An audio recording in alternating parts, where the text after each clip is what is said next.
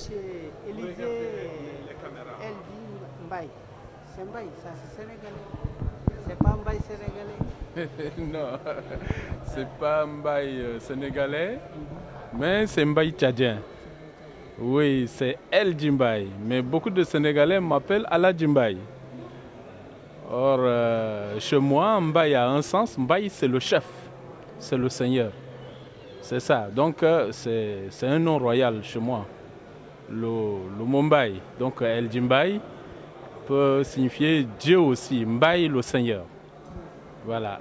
Et maintenant, on va entamer la chose sérieuse. Donc, c'est une petite interview. Donc, d'abord, présentez-vous à nos auditeurs. Donc, je suis maître El Djimbaye Mbaye-Oudou Élisée. Je suis le président de la Chambre nationale des huissiers de justice du Tchad. Oui. Et revenez à résumer. Oui, il faut dire que nous sommes là pour participer à la conférence Afrique-Europe des huissiers de justice. C'est des moments très importants et nous participons à ces 4e rencontres Afrique-Europe des huissiers de justice en terre sénégalaise. Il faut d'abord féliciter nos confrères, consoeurs sénégalais pour la parfaite organisation de cet événement, qui est un événement, une rencontre du donner et du recevoir, où on fait du droit comparé dans les procédures d'exécution. Et donc c'est vraiment enrichissant parce que c'est les échanges des expériences. Et curieusement, nos difficultés, nos problèmes sont presque les mêmes d'un pays à l'autre. En Afrique et particulièrement à la région Ouada où nous appartenons. Donc c'est un moment important qui nous permet de faire des échanges et ça nous permet vraiment d'avancer dans nos activités parce que la formation, l'information sont tout à fait nécessaires quand on veut être professionnel. Oui. Certains de vos collègues plaident pour un lenteur des dossiers au niveau des autorités locales de leur pays respectifs.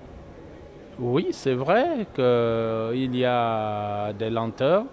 Certaines lenteurs sont dues aussi aux procédures. Mais certaines lenteurs également peuvent avoir pour cause, n'est-ce pas, le manque de diligence de l'huissier de justice lui-même. Certaines lenteurs peuvent s'expliquer également devant les juridictions parce que c'est toute une chaîne et chacun intervient pour la bonne administration de la justice. Il y a des lenteurs qui se justifient parce que si on ne réunit pas tous les éléments, on ne peut pas parvenir à bout. Mais il y a certaines lenteurs aussi qui sont regrettables parce que, par exemple, une procédure simplifiée de recouvrement, normalement, c'est fait pour accélérer la procédure de recouvrement.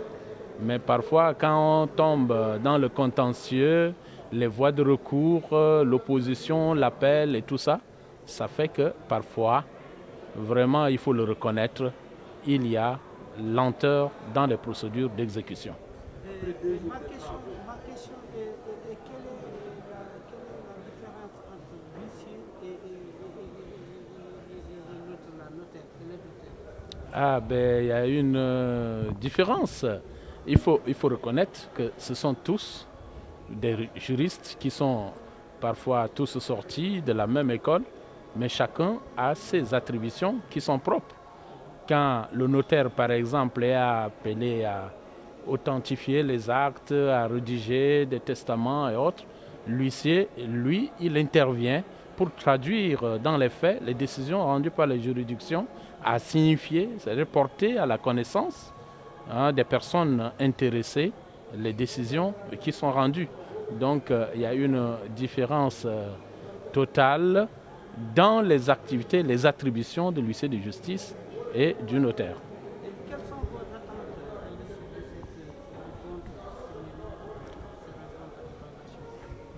Oui, mes attentes sont que par rapport aux expériences que nous avons partagées, parfois, il y a des incompréhensions, il y a des difficultés qui sont liées aux relations des professionnels de la justice. Et donc, mes souhaits le plus ardent est que nous puissions recenser les bonnes pratiques en matière d'exécution en vue de l'efficacité, parce que le droit à l'accès à la justice trouve son sens dans le droit à l'exécution, parce que si les décisions de justice sont rendues et que ça connaît des difficultés d'exécution, le requérant il n'est satisfait qu'à partir du moment où il rentre effectivement dans ses droits. Mais l'exécution des décisions de justice aussi, je le souhaite vivement, doit se faire dans le respect du droit du débiteur, parce que ce n'est pas parce qu'aujourd'hui il est débiteur qu'il perd ses droits.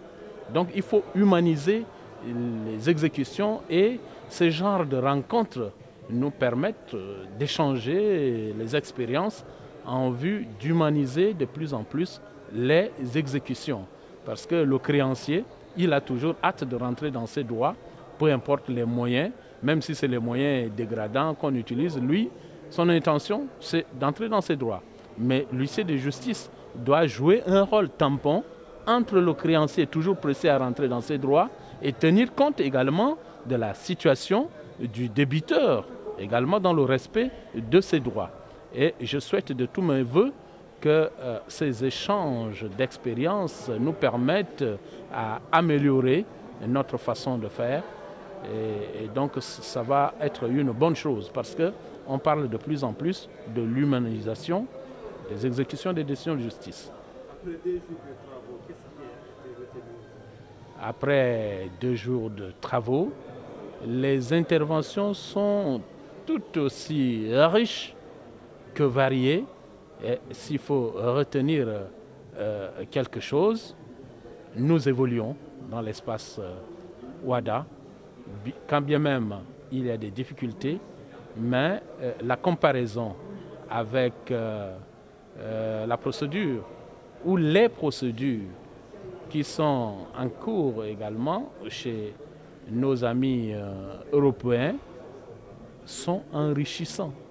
Et ces comparaisons nous permettent de savoir à certains points qu'au niveau de l'Afrique, par exemple, l'harmonisation du droit des affaires, on est en avance, tout comme eux, les facilités qu'ils ont, l'accès aux sources d'information qui facilitent énormément les exécutions, également sont des exemples enviables que nous souhaitons également voir chez nous pour améliorer nos procédures d'exécution.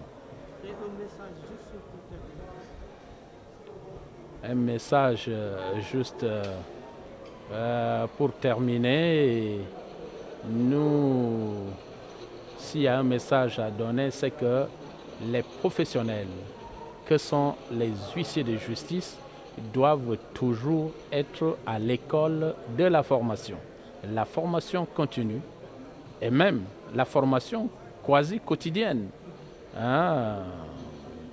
et pour être efficace, pour être professionnel et contribuer ainsi à l'édification de l'état de droit, à avoir un espace de paix et de liberté, un espace de justice, un espace de sécurité juridique et judiciaire qui est favorable aux investissements, qui est favorable aux affaires dans notre sous-région. Merci, Michel Bailly. Je vous remercie.